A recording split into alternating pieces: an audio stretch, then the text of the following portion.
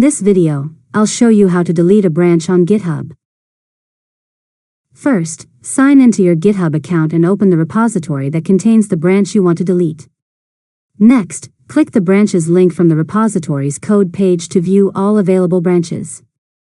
Find the branch you want to remove from the list. Now, click the trash can icon next to the branch name. GitHub will immediately delete the branch. Keep in mind that you can't delete the default branch unless you first change the repository's default branch in the settings. After that, if the branch was recently merged through a pull request, you may also see a delete branch button on the merged pull request page. Clicking this button will remove the branch with a single click. Finally, refresh the branches page to confirm that the branch has been deleted. If you ever need it again, you can recreate the branch from an existing commit or another branch. And that's it. You've successfully learned how to delete a branch on GitHub. If you found this tutorial helpful, make sure to subscribe to Learn ModeLab for more tutorials.